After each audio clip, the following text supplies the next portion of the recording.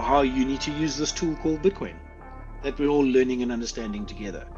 So if anything, they need to make it so that the individual rights of Bitcoin are protected, because functionally there's not much different between this thing being a fundamental human right. It was released without a government, created without a government, maintained, built, and proliferated without a government. So to now have a position where it's like, no, governments say they must tax you on this stuff. You tax us on other things and you're supposed to deliver fixing potholes and stuff like that, but that's not happening. And this is something where we all know, and even you know, that you had nothing to do with this ever. So to argue that you have a divine right to now tax this thing, which came from the community as a barter tool, that's a bit of a stretch in my mind. Hey there everybody, welcome back to the show. This is the Straight No Chaser podcast, where we talk about human freedom through money, technology, economics and philosophy. Today's guest is Jacques Strydom, otherwise known as Jabu Jacks. Jacques is a Eastern Cape farm boy and spends his time between the Eastern Cape and Johannesburg, has lived and worked throughout Africa. He's got a background in engineering, project management, property, putting deals together, business turnaround, quite a diverse background. Even though he studied accounting, that is not what he ended up doing. And anyway, we have a great chat about municipalities, governments, the promise of Bitcoin for business, this crazy new world that we're entering into. So the talk is a little bit all over the show, a bit of a fireside chat, but a really, really good one. I absolutely enjoyed it, and I know you guys will too. Good morning, Jacques Strydom. I'm looking at you here and I see, instead of Jacques Strydom on the screen, I see Jabu Jacks. Now, when I look at your, anyway, before I go on, welcome to the show, my friend. Good to have you here. Thank you very much, Kevin. Good to be here.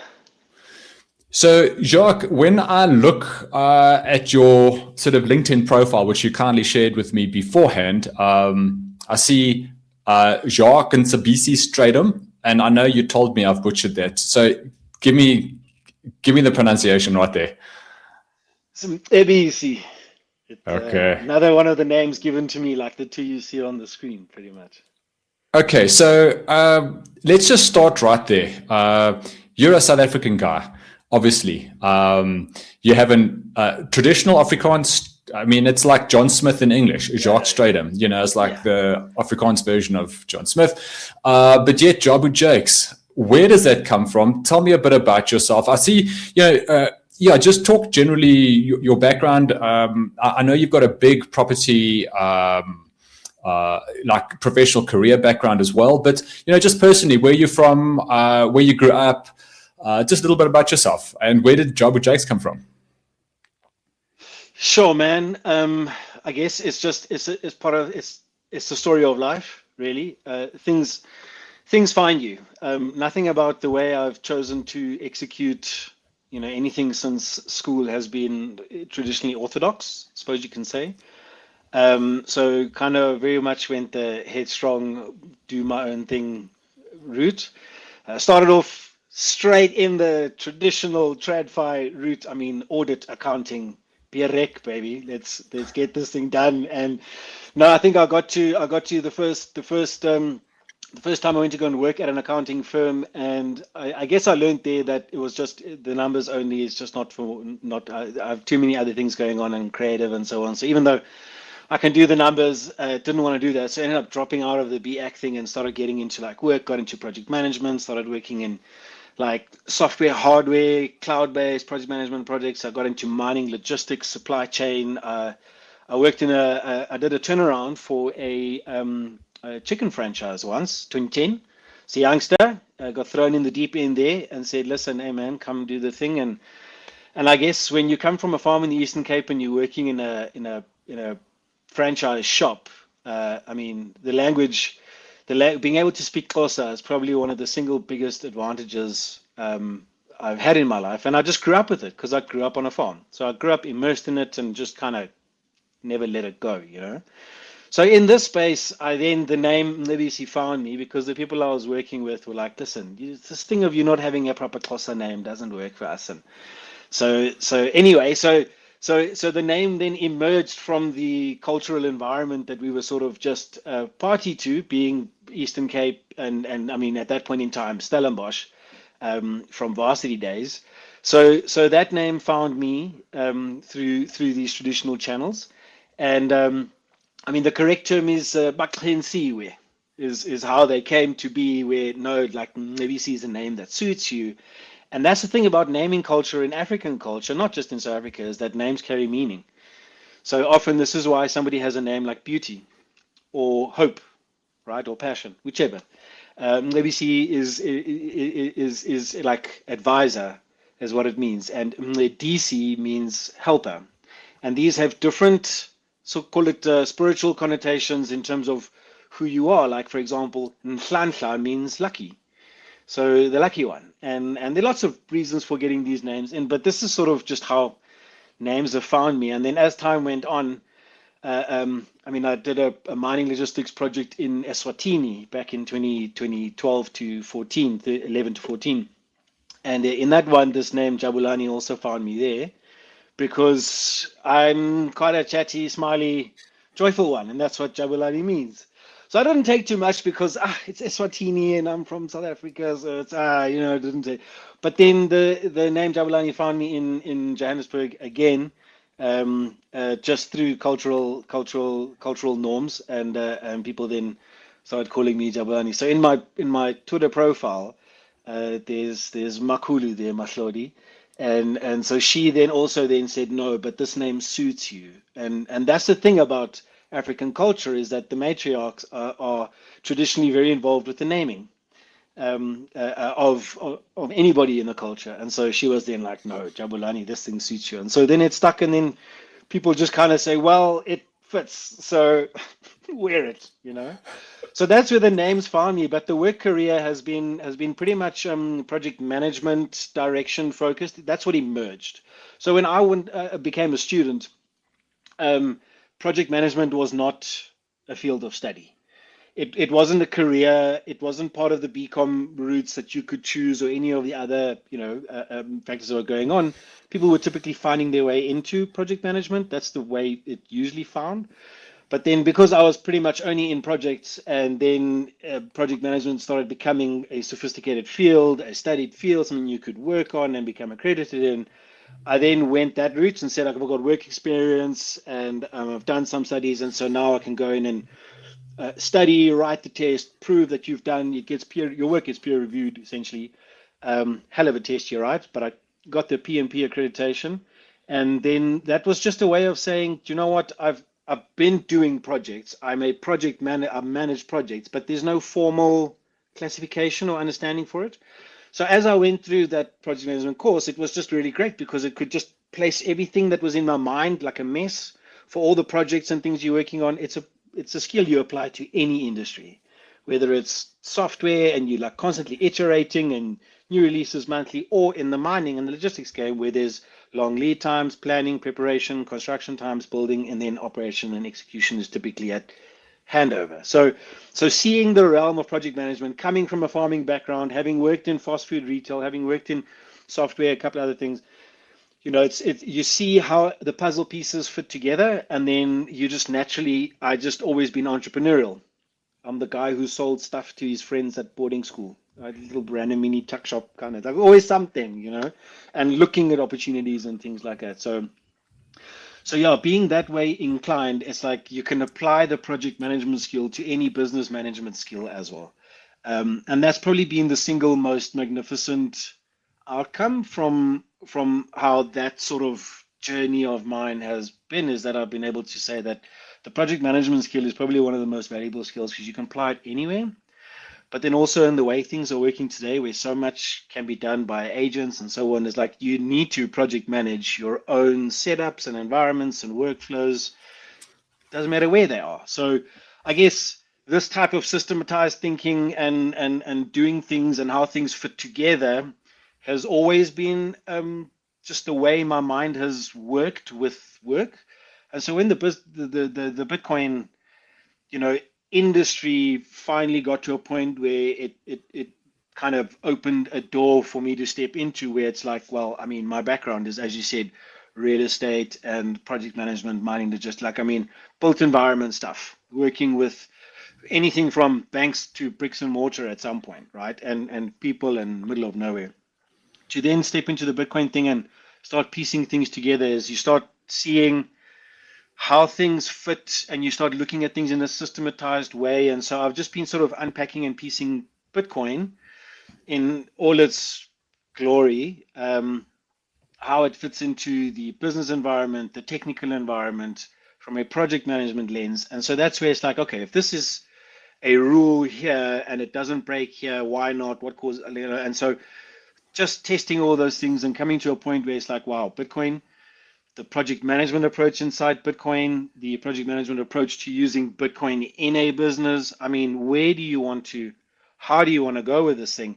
So I'm now at a point where it's like I've been able to look at what I'm studying in Bitcoin, compare it to everything I've learned about business and governance and what people in the board have to decide and how they have to handle these things, because you can fit Bitcoin anywhere on a balance sheet. It really does fit anywhere. And so it's been it come to the point where it's like, what do I know from work and experience that I have, and how do I overlay project management over it? That was the one thing. But now with the Bitcoin thing is, how does Bitcoin fit into all of this stuff?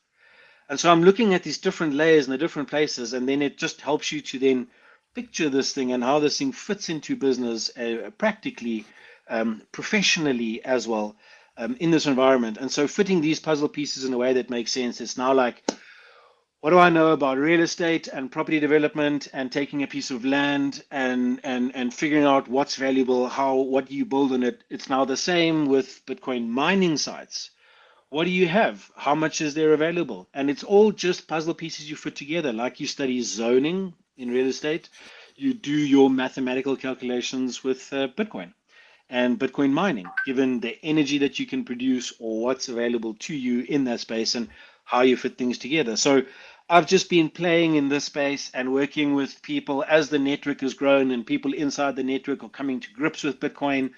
I've been the one who's having that conversation and helping people just understand this thing a little bit better, because, I mean, Gavin, you understand, when you get to learn Bitcoin as a newbie, you can understand it philosophically and get a pretty good grip of what this thing can do and mean and so on. But then there's so much more you can dig into on the technical side of things, which is not so much interpretive, philosophically and emotionally, from what people think Bitcoin is sound money or how it justify or do that.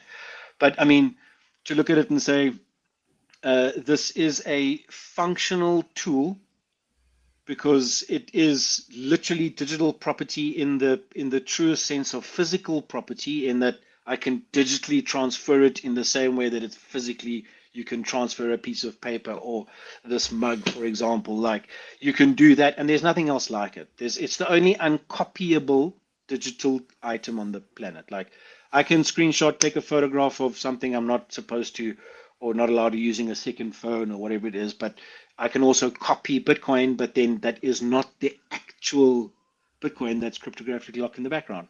So it's like this gap of, but it's digital, I can't touch it in Bitcoin, doesn't quite work, because yes, it's digital, and so everybody thinks, man, it's digital, I can't touch it, there's nothing there. But what is it that actually going on in the background of my FNB when I send you money versus my Bitcoin when I send you money, and what's the actual tangibility of it in the background? Like, the Bitcoin is locked to kilojoules through the Bitcoin mining network, which fiat currency at whichever bank, whichever country around the world, none of them are. They're supposed to be locked by gold in the background, but most of that's disappeared other people, and in South Africa we're down to 2.5% only. So in this realm, it's like, what's behind it is, if you understand a little bit about the computer science and how the electricity works in the functional built environment process in the background, that's Bitcoin. And that's, again, ultimately what separates Bitcoin from all the other crypto and shitcoins that are out there. That's just one of those things. So I guess, I mean, what is it that I do? I help people understand this thing, and I work with businesses, and I from a real estate environment and from a project management environment, but primarily from a business owner, business like organizational manager and like perspective. That's where I find myself now. Aside from keeping my projects and things that I've got going and so on, it's like this Bitcoin thing is I need to be having conversations with more people to help them understand. It's just an inevitable part of what I do. So accountants, lawyers, anyone else that I work with professionally or engage with, suppliers, clients, whichever way it comes. I'm working with people to help them understand this thing and how to make this thing fit. But looking at the actual numbers, so you can drill a site down to the kilojoule of what you're going to produce, and that gives you a lot more predictability in your long-term project cash flows, which is something that doesn't currently exist in many of the bigger infrastructure development projects. It's how do you project and protect yourself from the currency fluctuations over the next decade and 2 and 3, which is partly why I like building like a Kusile or a Medupi or any infra is so difficult, because it takes long, cost of capital changes, also I'm fiddling with interest rates the whole time. So it's like my 10, 15, 20 year, project life cycle funding arrangements. Like this is what's inevitably holding up a lot of these things.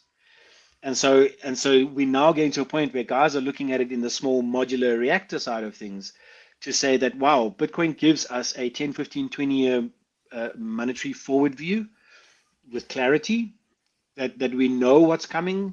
And so if we incorporate this as part of our project funding mechanism, or at least strategic understanding, this can have a drastic impact on whether or not you can determine early if your project is going to be feasible or not. So this is that space where it's like, not many people are playing in this realm or thinking about business in this realm in the Bitcoin context, but they are in every other business context. So it's like, how do we go about bringing Bitcoin and overlaying it into existing business in the frameworks that they are, and then people can carry on and building their own business, understanding this tool for what it is and what it can do in the context of global finance, local finance, savings, inflation, political ideology, the works. So as a business person, this is all we're doing right now. So just to go back a little bit on something that you said there, I just want to ask you, everyone I speak to, the topic of Bitcoin comes up, and everyone's got a story about what they first heard, what they first thought.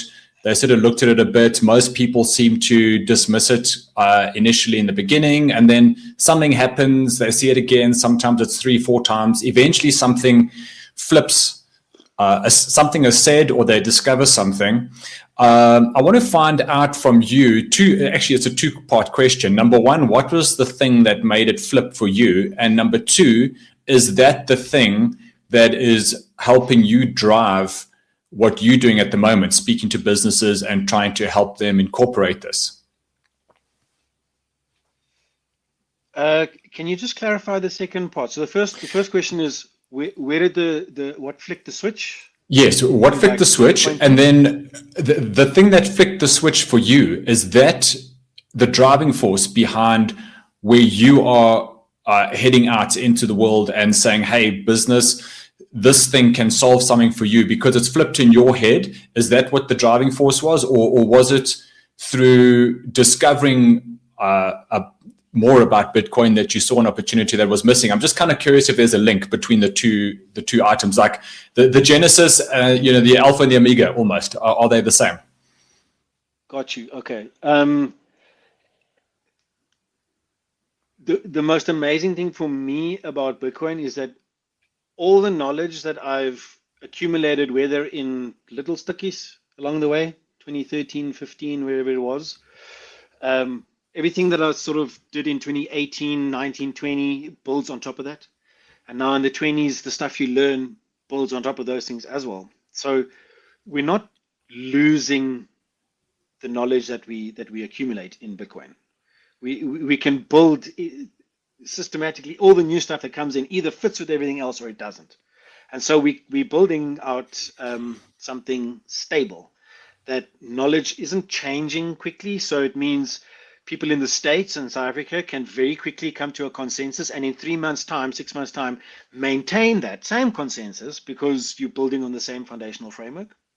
So that unchanging, that part doesn't change. So you always, whatever you're adding new for me is just new stuff extra on top. And so I will say there's a couple of clear, distinct moments in my Bitcoin journey. One of which was beginning of 2023, where I saw not 23, 22, I believe, yeah, where I saw Paco de la India. He's got a Giza fund running at the moment with his book and so on.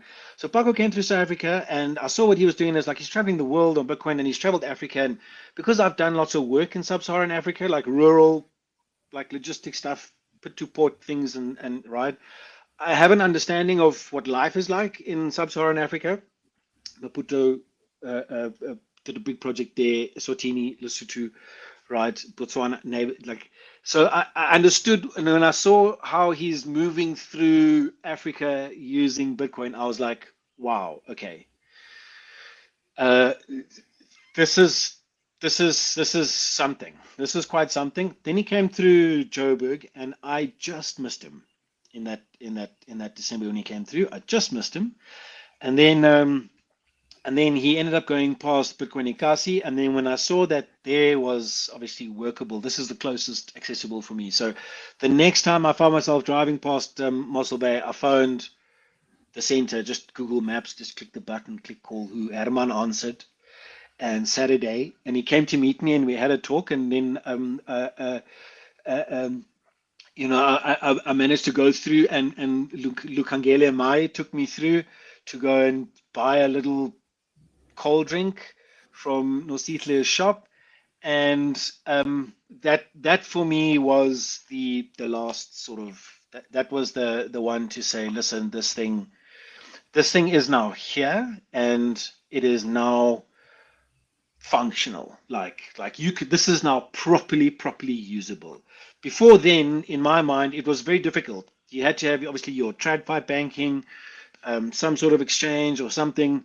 I guess I always struggled a little bit with the full-on peer-to-peer things where you're sending money overseas, and so on. And that's, if I go back, that's one of the reasons why I didn't get too into Bitcoin in 2017, 18, other than through the exchanges again, that made it super easy. So buying and living, and it was all in the crypto stuff. I was mining Ethereum even back then, because Bitcoin miners were then just too expensive. They'd already left that thing where it's like you can still home mine, and so we wanted to mine, and the whole ideology was, hey man, we're going to do cool things. And then obviously, I mean, Ethereum is just not what it was, and none of the others are, and it just, you eventually get to that point where it's like, I understand why Bitcoin only makes sense.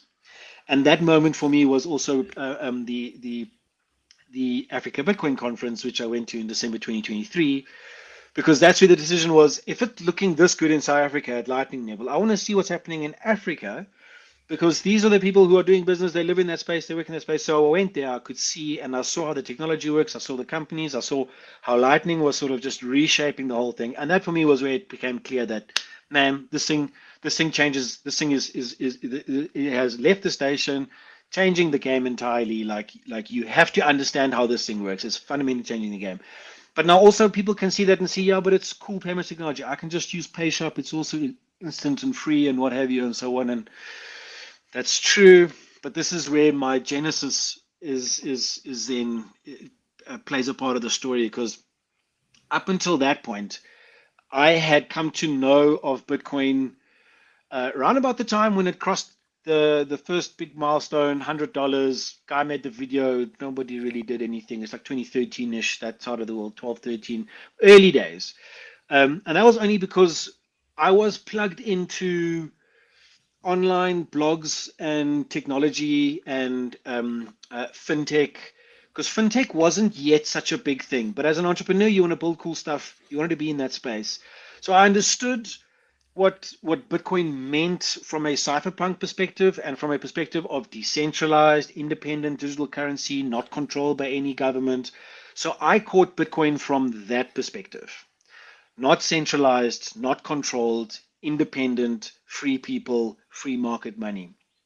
Right? That was the most important thing for me. But being a young guy, working hard, I mean, traveling like Africa, like life was good, man. So the head wasn't in Bitcoin, and I didn't quite click why it was so special. I just knew it was special, but it was like I couldn't quite get to it yet, and it was a bit too much, and didn't do the work, didn't get it at the price, didn't deserve it at that price. It's just how it is, right? But then, I mean, so it was like I came from that perspective. I guess one of the things that's also very important in my life is as a teenager, I was reading lots of those entrepreneurship books and those kind of things. So I was understanding business and entrepreneurship and why those things matter. And in this realm of studying real estate, property, reading books like Rich Dad Poor Dad, Cash Flow Quadrant, especially that one, and other books on real estate investing in South Africa and why that was. It was about escaping the rat race, getting out of the fiat rat race where you're just stuck. And the way you do it in real estate is you trade currency debt for bricks and mortar, and the bricks and mortar carry value in time. And I mean, every location is different. So real estate is very nuanced, and I have my own opinions on whether or not you should or how and when to invest in real estate or what to buy in terms of property. Because again, it's a tool, but for other reasons. But now it's like Bitcoin does a lot of those functions that we used real estate for. Because real estate is the OG speculative attack, really. I mean, you are borrowing currency, which gets weaker in time, and you've traded for bricks and mortar, which get more valuable in time. And so this is the foundational thesis of all the Bitcoin treasury companies and those things. It's like we have an asset which got asymmetric upside, whatever. It's finite, digital, hash locked, electricity currency. And so now people are trying to play this game of where can we sort of get debt credit leverage and, borrow in currency and buy finite hard assets and, that formula for success. But it's so much more than just that.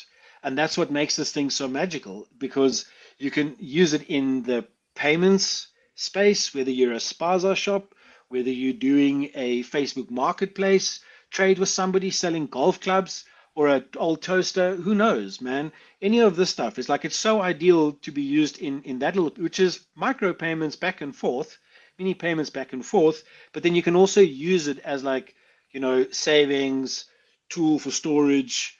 So it's both a product, a product in that sense that it's not a product, the payments tool. Yeah. Infrastructure letting us down. Yeah, sorry, man. You were busy talking about micropayments, and then from there you were chatting about savings and all that sort of thing as well.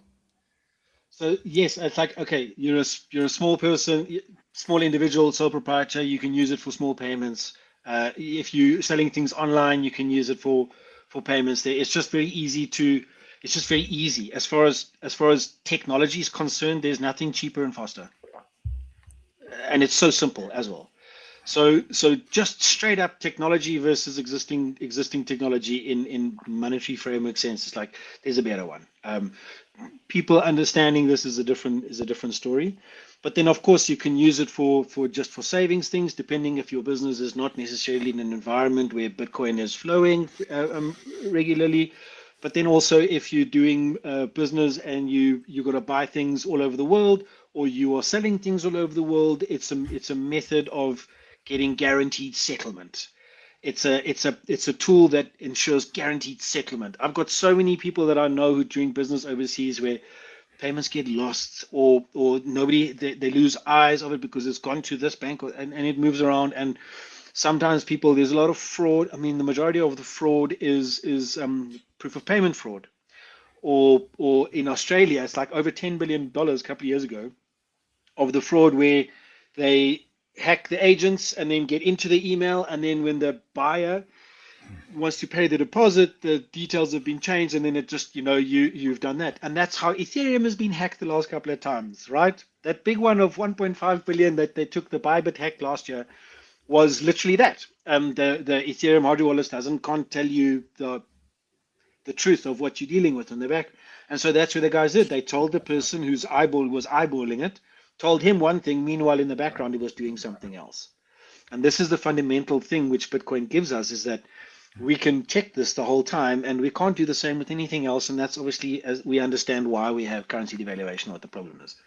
So in this realm, it's like, What do you need in your business? What's your biggest stumbling block around payments and money and finance, whatever the case may be? And then how does Bitcoin fit into that particular space to make your life easier? Because it can do that, right? And I mean, this has got great positive implications for business, but here we are dealing with a situation where regulatory environments are struggling to catch up, and this is the same the world over. So we're not special. Like we can't blame the ANC for this or a political party, anybody for this, because the Americans, I mean, they might even be doing worse than we are. No, not with the way our guys are trying to ban it. Well, I mean, that's definitely want to go and talk a little bit about that as well. But before we move on to sort of the legislative side of things, regulatory, all that sort of thing, now just another question about, so your background, property, mining, project management, real world stuff, built, the built environment, I think is the way you phrased it. So you've got that on the one side, and now you've got this Bitcoin thing, which is neither any of those things in terms of built environment, the touchable field. So when you're talking to people, how do you reconcile that? Because you kind of are looking at it from both angles. And what do you find resonates with people when you talk to them about this? Because I'm guessing if you're talking to an engineering guy, he's a physics, maths, numbers guy, strengths and stresses and run times and cost of energy in, blah, blah, blah. That's what he's worried about. So I know there is an engineering element to Bitcoin. I mean, there is the protocol, which is fine, but there is also the mining thing, the energizing it, the chase for cheaper energy all the time. So there is definitely an engineering element to it. So I'm just kind of curious, how do you bridge that gap when people say, yeah, but it's not tangible. It's nothing. How do you speak to them in their language? Yeah, no, it really comes down to the person in front of you, and that's what in many respects the ADHD loves that, because every conversation is a surprise.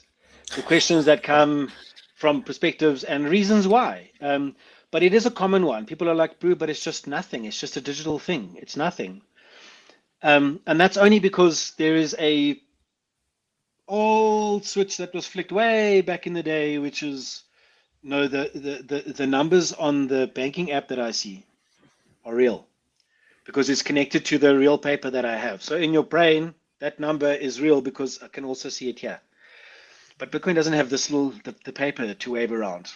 So that's the only disconnect that's made there. But then the thing is, like, the minute you talk to that person, you say, listen, thermodynamically sound electricity currency manifest is the only scientifically measurable definition of finite on Earth. And why? Because computer science is mathematics expressed in code, because every bit and byte is a 1 or a 0. So that's where it drills down to. Like, all the code, everything drills down to that. And Bitcoin gives us the most sovereignly independent audit of that whole ecosystem.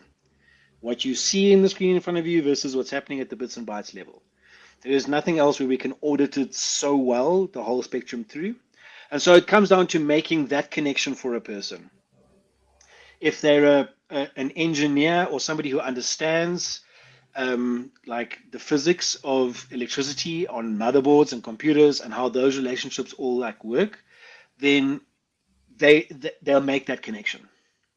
Because now they know, okay, I have to go and study that, because it's so easy to disprove it.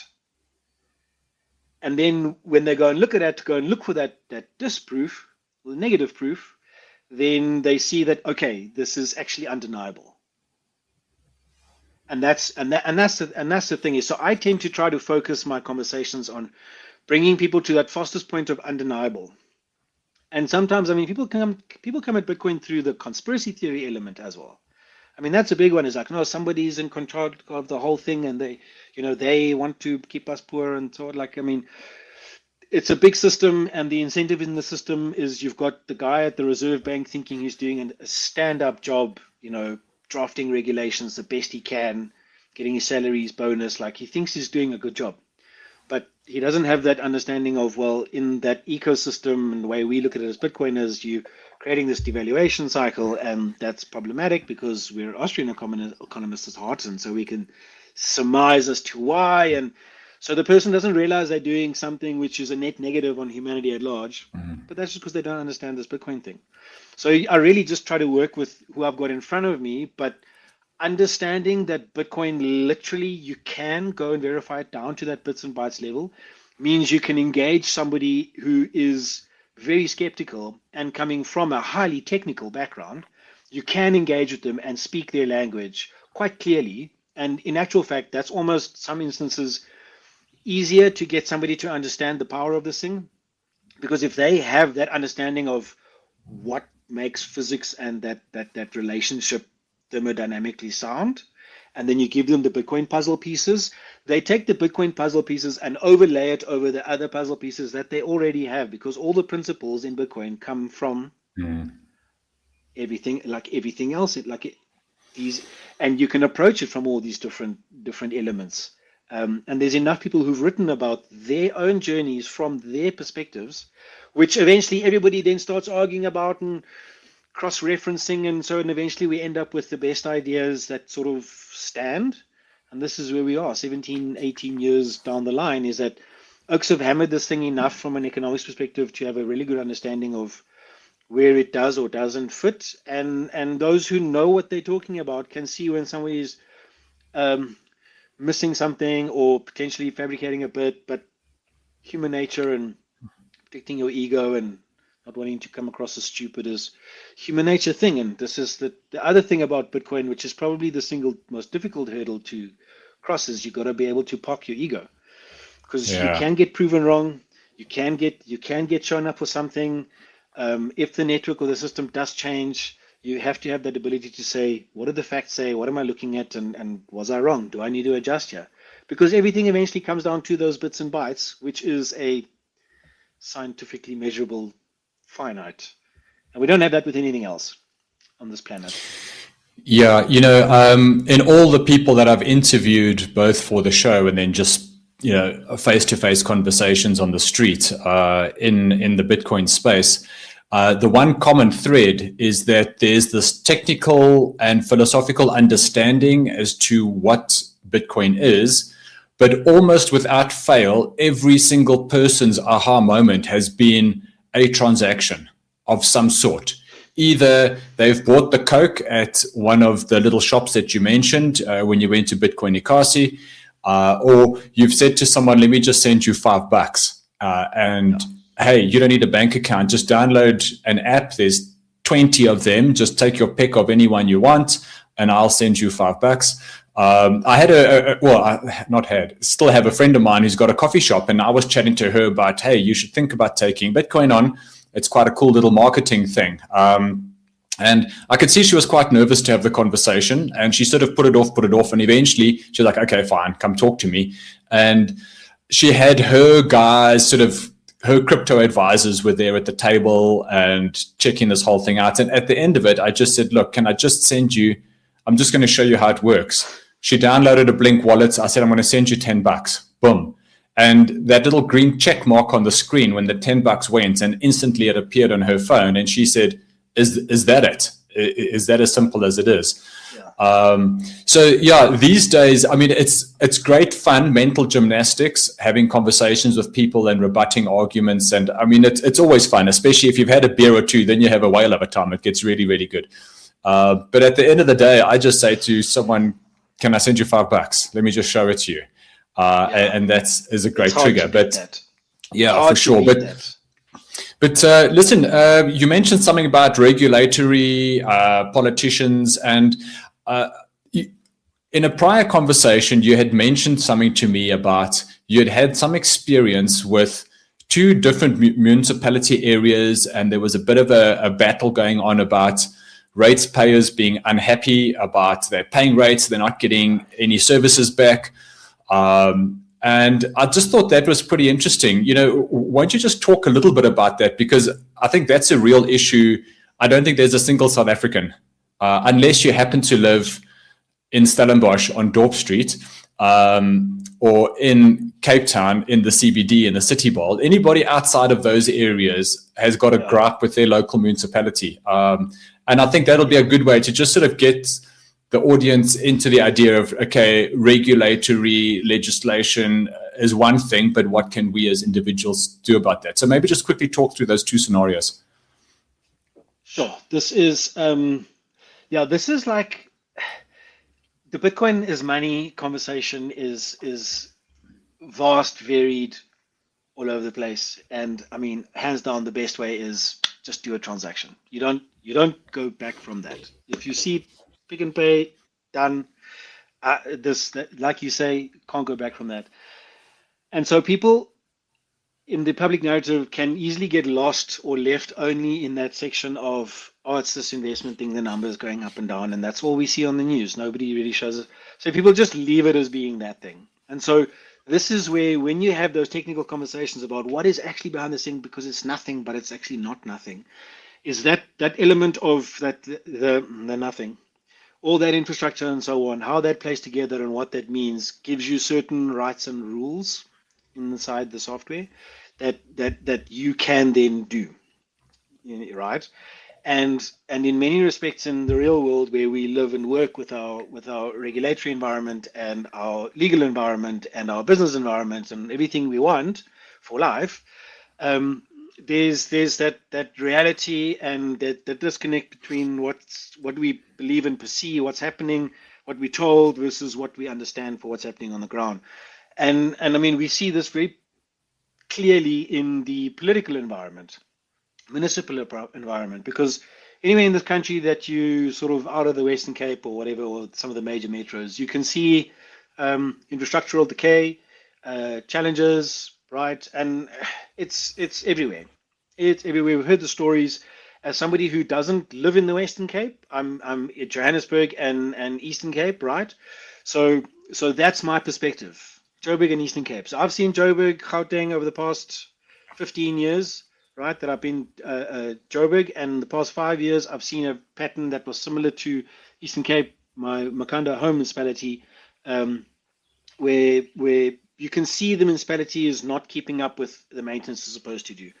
And this is inevitably like, we can approach this super harsh and say, no, well, it's just failure and they're just stealing from us. But on the other hand, it's also like, this is that incentive. This is that system where things are incentivized to work a certain way, and then the currency is also eroding underneath it. So even though the efficiency is not being done, like the maintenance, the municipal efficiency is not there, right? Where was I going to go with that one? You were talking about the currency devaluation. Correct. So you got the municipal efficiency that's not quite there, but then you've also got the currency, which is highly inefficient as well, because it doesn't store any of the value long term. So whatever there was there last year that maybe wasn't enough is now not going to be enough in the next year, because costs have gone up 15 and everything else has only gone up, receipts are only going up 7. And so trying to get 8 and 6, and people are arguing, but then real costs have still gone up more. So you're behind. So now you're not only you're not only dealing with the efficiency gap, you're also dealing with the currency devaluation gap. And those two things together just compound in time. So every year it just gets further, like they're just digressing further, diverging further from each other as time goes on. And so this is how inevitably businesses don't realize that they are dying. And this is also why in the historical business context, when they say, if you're standing still, you're dying. If you're not growing, you are dying. And that is because the currency devaluation, if you're not growing faster than what the currency is devaluing, you are not ahead. And every business is different in how you have to measure that. And in individual savings, you also then have to, how you measure that is then where people then make the decisions like, oh, this is why I don't want to hold currency. I want to buy real estate. There's people who just believe in real estate, people who believe in gold, people who believe in land, whatever the case may be. And now Bitcoin also comes in the space because it plays that game. So in the municipal framework, it's like you can watch this stuff happen and there's very little you can do about it. So now you're going to start getting to the point where you want to be an activist and you want to get involved and do things. And so municipalities, they do this and they try. And there's some interesting things to consider in this space, which is the Umgeni municipality, which was a few years ago during COVID times. They overthrew the municipality, and the DA was able to come in and change things around. And I mean, this is applicable for any political party who's dealing with a incumbent and who's maybe not performing. But what was interesting there is that they were able to conduct a rates dispute, or what some people like to call a rates revolt, right?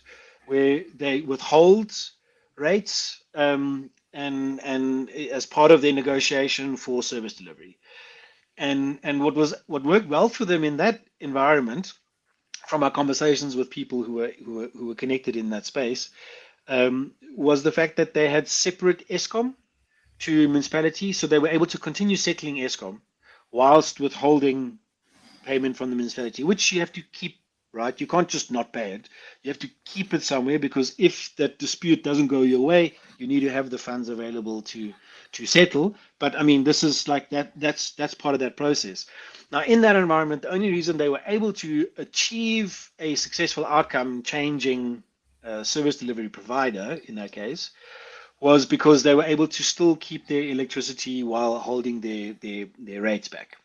Now, majority of municipalities, your electricity is sold by your municipality. So your rates, your electricity and your water, everything comes in one bill, which makes it very difficult for you to now do a tougher negotiation for the service delivery you want as a collective group in a decentralized manner. And this has always been a challenge, because now who's keeping the funds? How do you keep the funds? That's always a challenge in building these sort of community-led organizations. And I think Bitcoin can bring some interesting use cases or solutions here, because we can have a multi-sig that's sort of running as a pot and holding funds for a group, and there can be people that we know, and we can make sure, and we can all see that, oh, we believe this is a safe way of doing multi-sig for what we're trying to achieve here.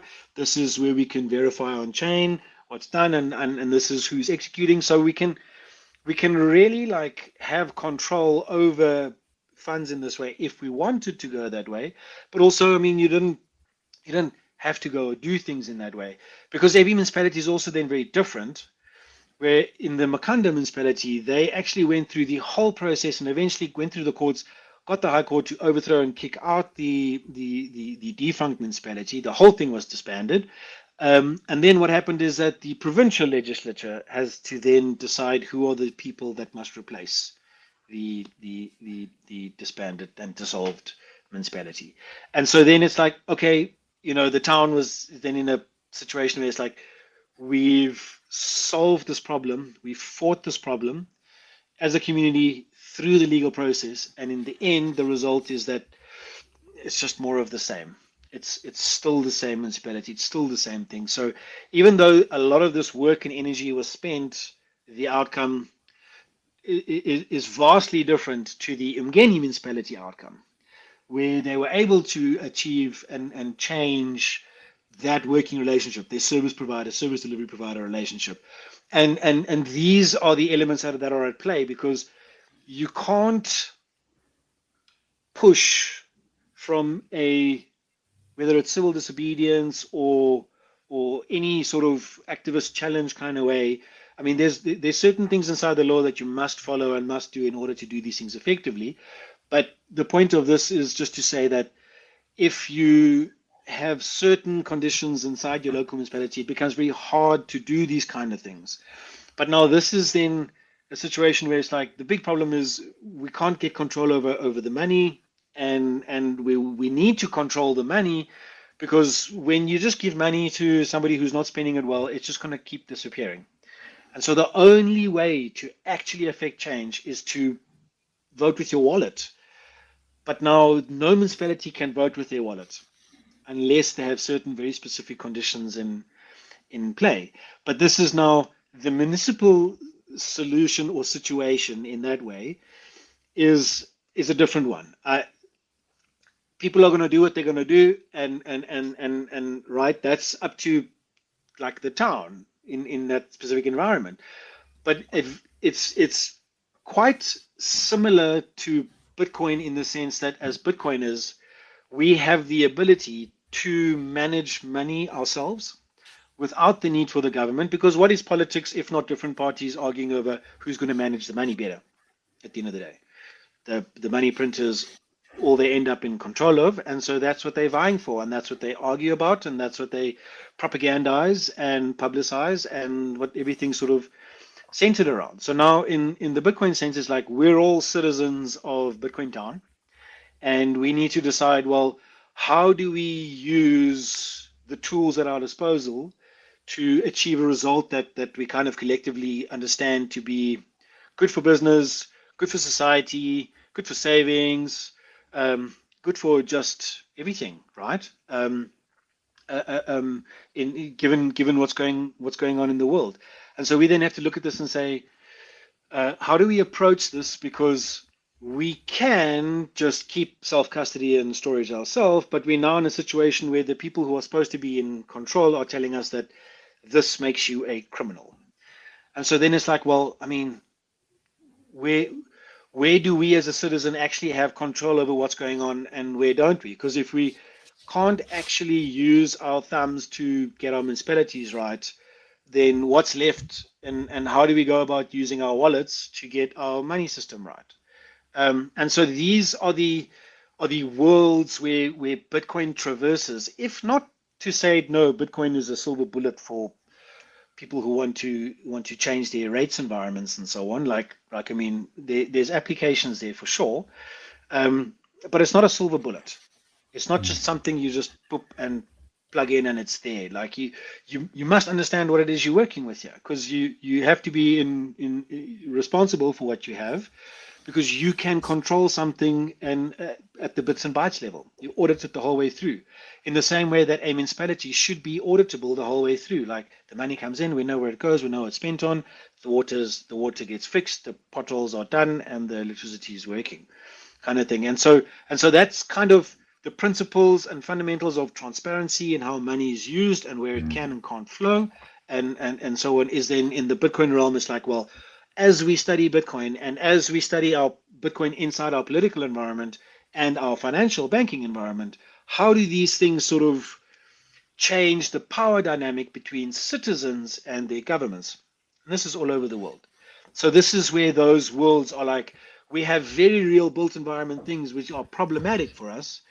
But the reason we can't really do much about them is because we don't actually have control over the all the moving parts of the system, and Bitcoin kind of brings that into the conversation. So now it's part of the conversation where it wasn't before. Yeah, I think it's like really interesting the way you've said it. Technology is supposed to make things better, faster, cheaper, and as citizens of our municipalities, we seem to be concerned with water, potholes, and electricity, which was a problem that was solved like over 100 years ago. That problem was solved.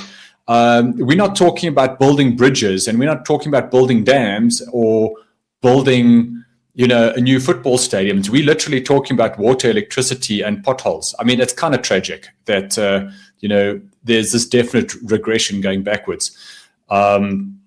But I did just want to, you mentioned, attack on Bitcoin. And earlier you mentioned it's clear to you the train has left the station in terms of this is a technology, it's free, the genie's out the bottle, it's in the real world. People are using it everywhere for, like you said, micropayments, buying a Coke or saving money, or even, you can buy cars with Bitcoin. You can buy plane tickets overseas, you can book accommodation, you can actually do anything with it.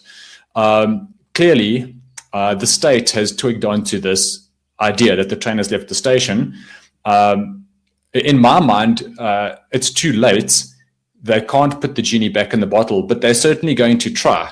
Now, there is I'm not even sure the name of the draft regulations, but it's something about capital flows or capital controls amendments. I know it dates back to a 1961 regulation, and those regulations date back to a 1933 Act or 1932 Act. So anyway, there is this grab the state at the moment is attempting to grab all assets.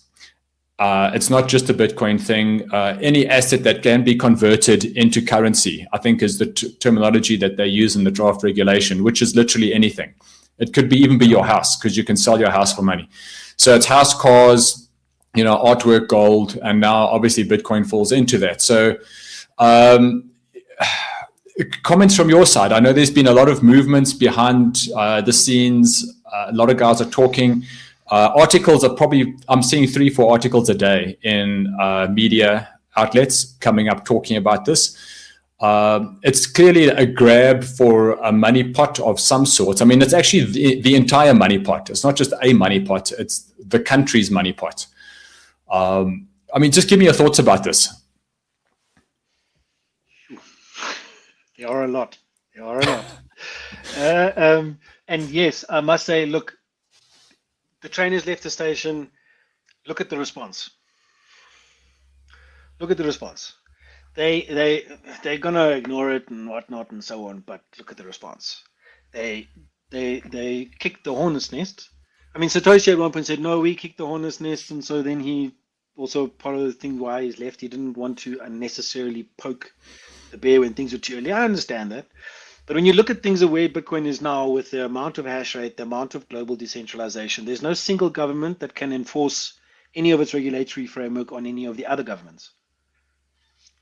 Because people can do what they want now. Like, nobody can tell Bhutan what to do anymore, because Bhutan is sovereignly mining and living off of a independent currency outside of the IMF, World Bank infrastructure, SWIFT network, right?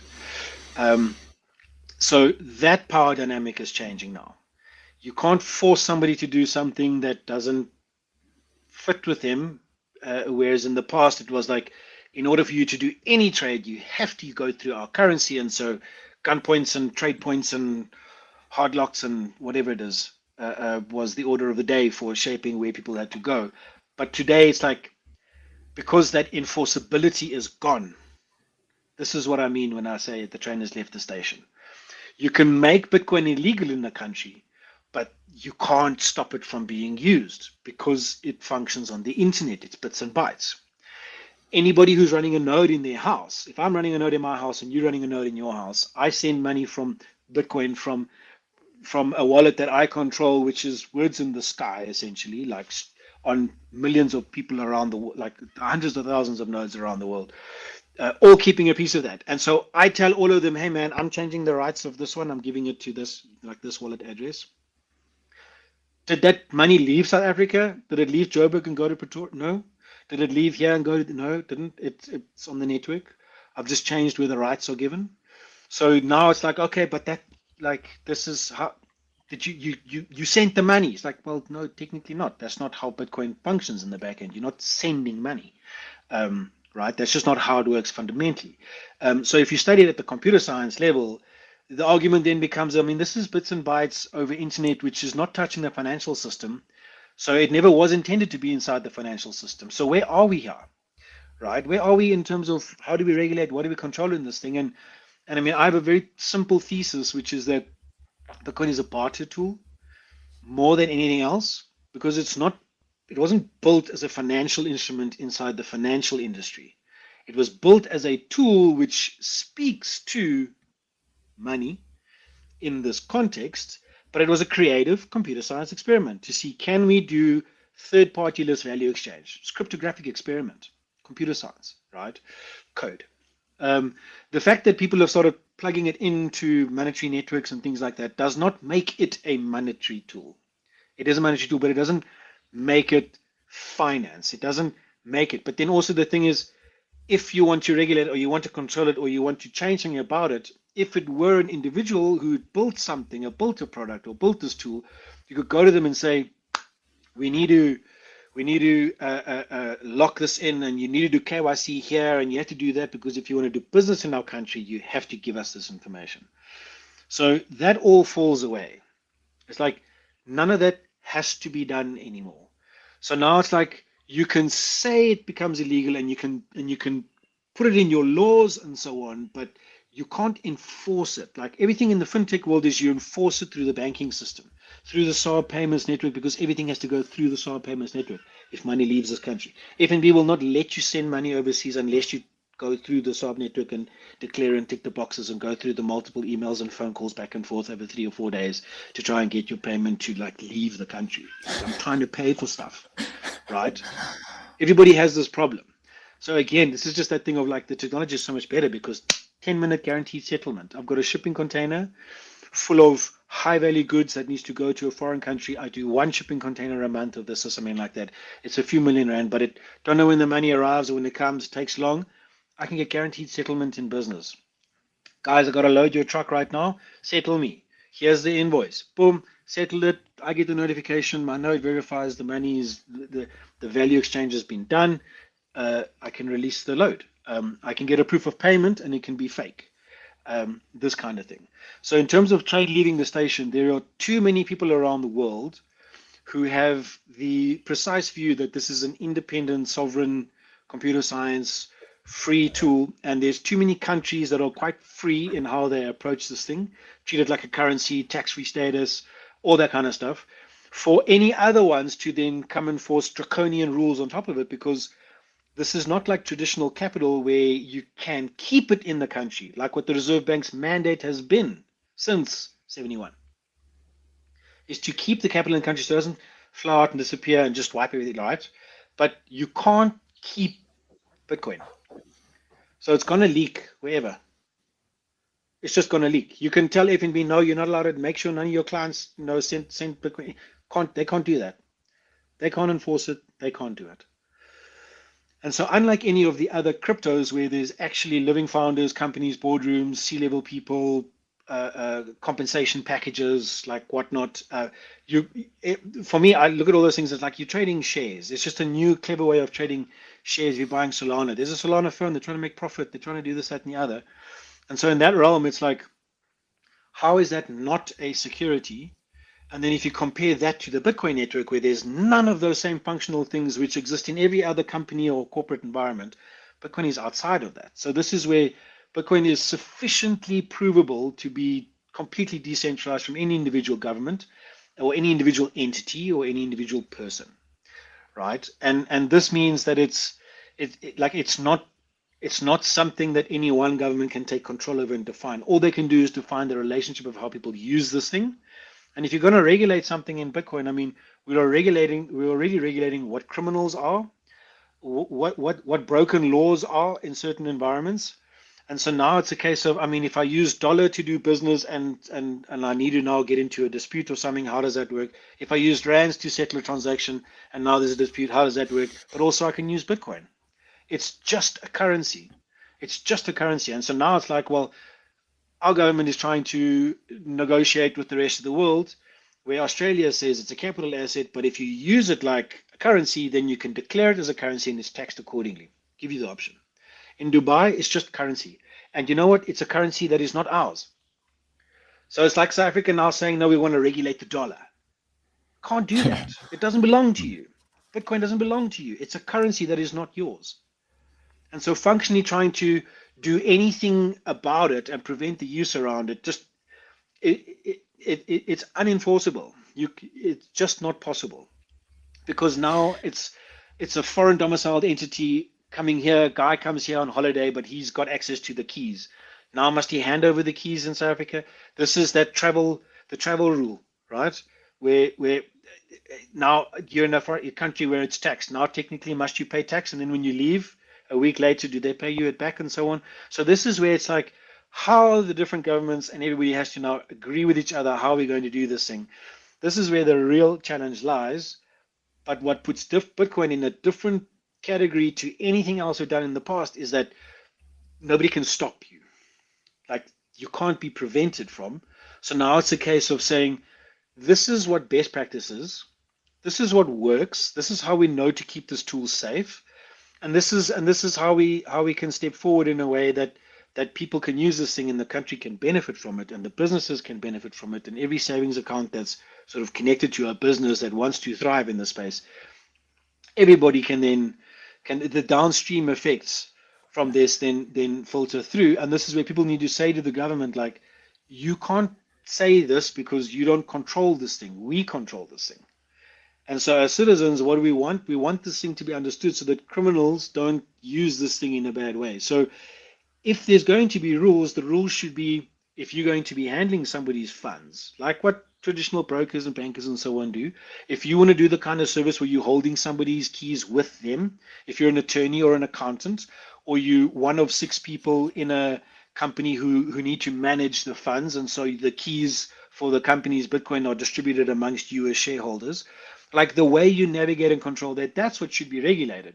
There should be a certain standard there to say that, listen, if you do not hold your keys in such and such a way, then you are at risk. And if the whole point of regulations is to stop people from getting in trouble financially or losing money or letting criminals take advantage of things, then this is the kind of stuff we should be teaching. We should be teaching smart self-custody so you don't lose it and you can keep control of it. Because let me tell you something, any South African company that thinks they're great because they've got their coins on an exchange somewhere controlled by somebody else, be it Coinbase, for example, like what a lot of the Wall Street companies are all using Coinbase, that puts you in a position where it's like American Bitcoin can take on a whole new meaning overnight, and then how will Coinbase care about you and what you've got? So this is where the regulations should actually be like, listen, if you're a South African company and you want to keep your Bitcoin safe, do it in self-custody in this way. Or our bankers or our accountants must understand that when they talk to their businesses and they're advising on this stuff, then it's like, hey man, you've got this capital gain happening in this business of yours and there, and this is income tax in your business here and so on. And here are the rules for how you need to protect your Bitcoin self-custody.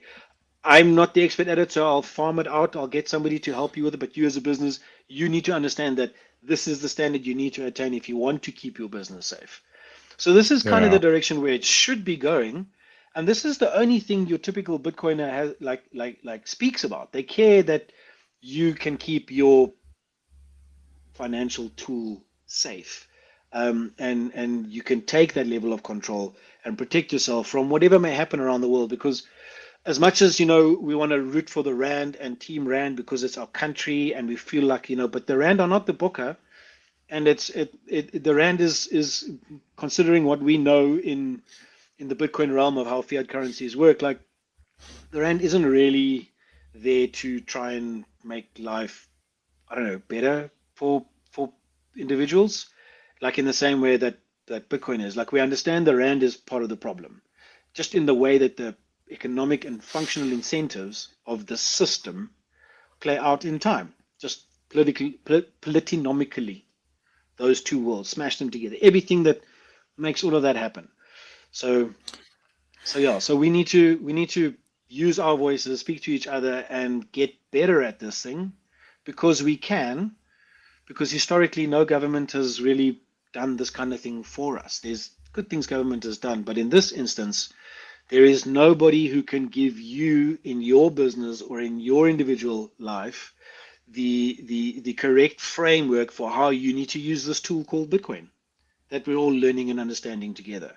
So if anything, they need to make it so that the individual rights of Bitcoin are protected, because functionally there's not much different between this thing being a fundamental human right. It was released without a government, created without a government, maintained, built, and proliferated without a government. So to now have a position where it's like, no, governments say they must tax you on this stuff. You tax us on other things and you're supposed to deliver fixing potholes and stuff like that, but that's not happening. And this is something where we all know, and even you know, that you had nothing to do with this ever. So to argue that you have a divine right to now tax this thing, which came from the community as a barter tool, that's a bit of a stretch in my mind. I think they have to jump a lot of definitions in terms of free speech and individual rights and sovereignty, and individual rights and like compute, your right to compute, your right to speech, your right to type and code what's in your mind. Like this is the realm that's being played with here, and that's because that's how Bitcoin works. Art, gold, all these other things, different category. And crypto also, there's centralized people involved. So there it's like, just regulate them like you regulate fintechs. Yeah, I think this I think the space in the next month is going to be interesting as we see the closing comments for these sort of regulations. The one thought that comes to mind for me is that I think governments in particular need to be really careful about when they decide to sort of ban things or get draconian about things. Our current government was a banned organization not that long ago. And 100%. Here they now run the country. So, human nature is sort of one of those things where you tell someone you can't do this, people go, oh, hadn't really thought about it, but now that you've said I can't do it, let me give it a crack and see why I shouldn't be doing it.